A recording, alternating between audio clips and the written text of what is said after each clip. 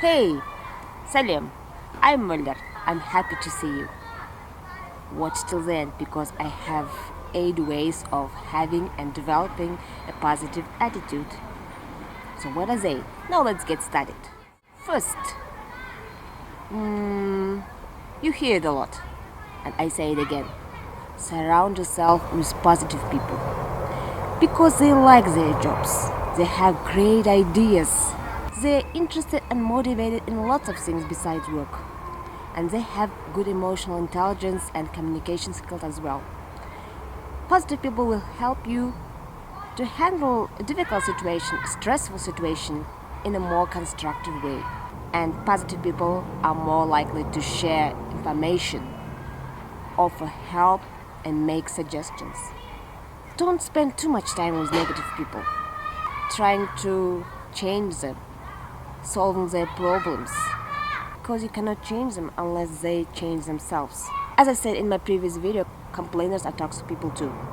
I don't mean that negative people are people who have problems. Everyone has problems. I have problems too.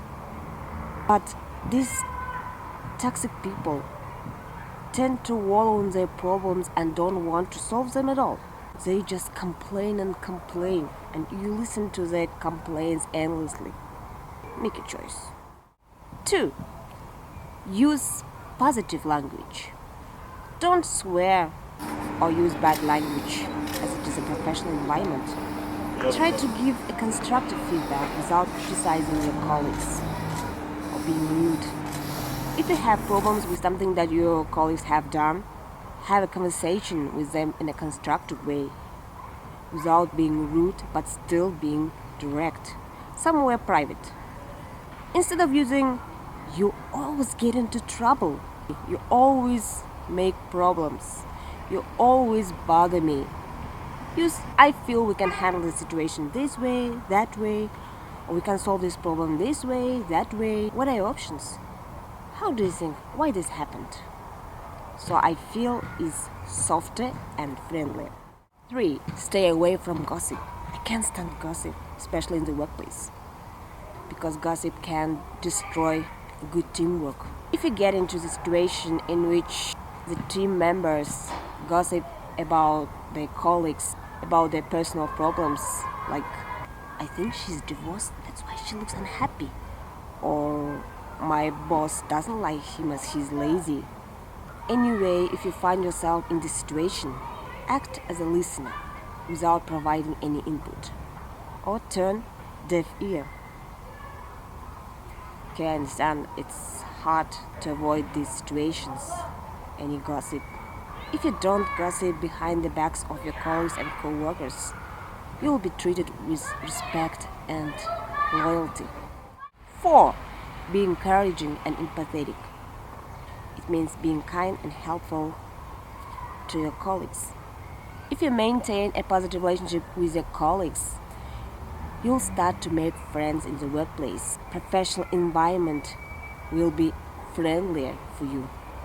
It makes you motivated to do a good job every day. Your job doesn't seem so boring. According to a study in the Journal of Social Psychology, being kind to someone gives your brain happiness boost. And journal happiness studies found out that remembering an act of kindness makes you want to do again. I think making friends in the workplace is great. How do you think? To do that, just smile, offer help, support, receive support, help. Seems just fine. 5. Practice gratitude. I'm sure you hear keeping a gratitude journal to be positive, happy, start your day with it. So just keep your gratitude journal and write down even little things for which you are thankful. Try to have a positive self-talk. It's also very powerful. Saying to yourself, "I'm strong to go through these difficulties to reach my goals." Try to look at each difficulty with optimism. Remember that life is not always fair and easy. It's normal to have bad days, and to stay positive is especially difficult when you have bad days, because negative attitudes promote fear and anger when even little thing seems so overwhelming. while positive attitudes promote a more hopeful outlook on life. 6. Feed your mind with positivity. Go for a walk outside your office.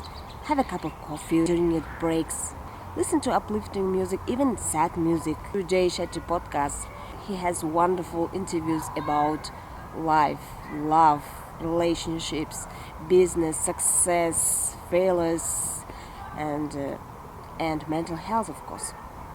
So just watch them and be open to new knowledge, opportunities, acquire hobbies, useful habits. Don't blame yourself for having negative feelings. Don't ignore or repress them. Just accept and acknowledge them. So here, have a positive self-talk as often as possible. Try not to take your work home with you because you need to recharge, relax after work, to be back to work being refreshed and energetic next morning, and get enough sleep. Here, self-care is very important for your physical and mental health.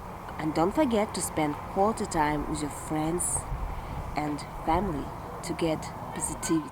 7. Take responsibility for your actions.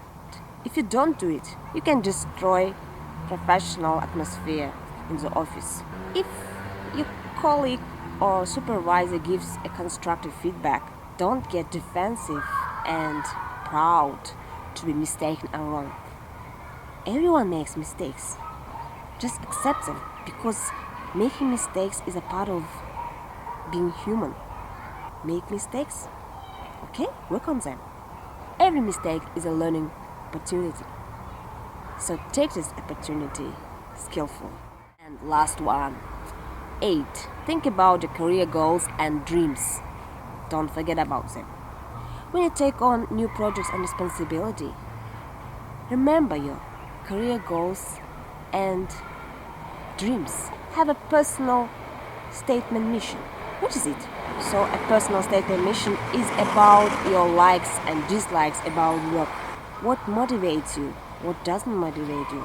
It's about your life. It's about the purpose. For example, you like creative work, you like communication, you don't like paperwork, you don't like routine. If your job seems so boring, have long-term goals, like saving money for your traveling if you like traveling. If you love stability, so being patient for that. Or getting a promotion, so being strong enough to reach that. Having a goal and having a purpose means having a plan for that. Long-term goals especially helps you be positive in the present. To conclude that, having and developing a positive attitude isn't about blind optimism, being positive all the time, because it's normal to have positives and negatives. So here it means being realistic about your attitude, about your wishes, about your dreams, about people and situations, acknowledging both success and setbacks. Here are my 8 ways of having and developing a positive attitude. I'm sure they will help you be happier and more positive and see good things of life. Thank you for being with me up till the end, and don't forget to subscribe to my channel to get more positive videos about everything in our life. See you in my next video. Bye.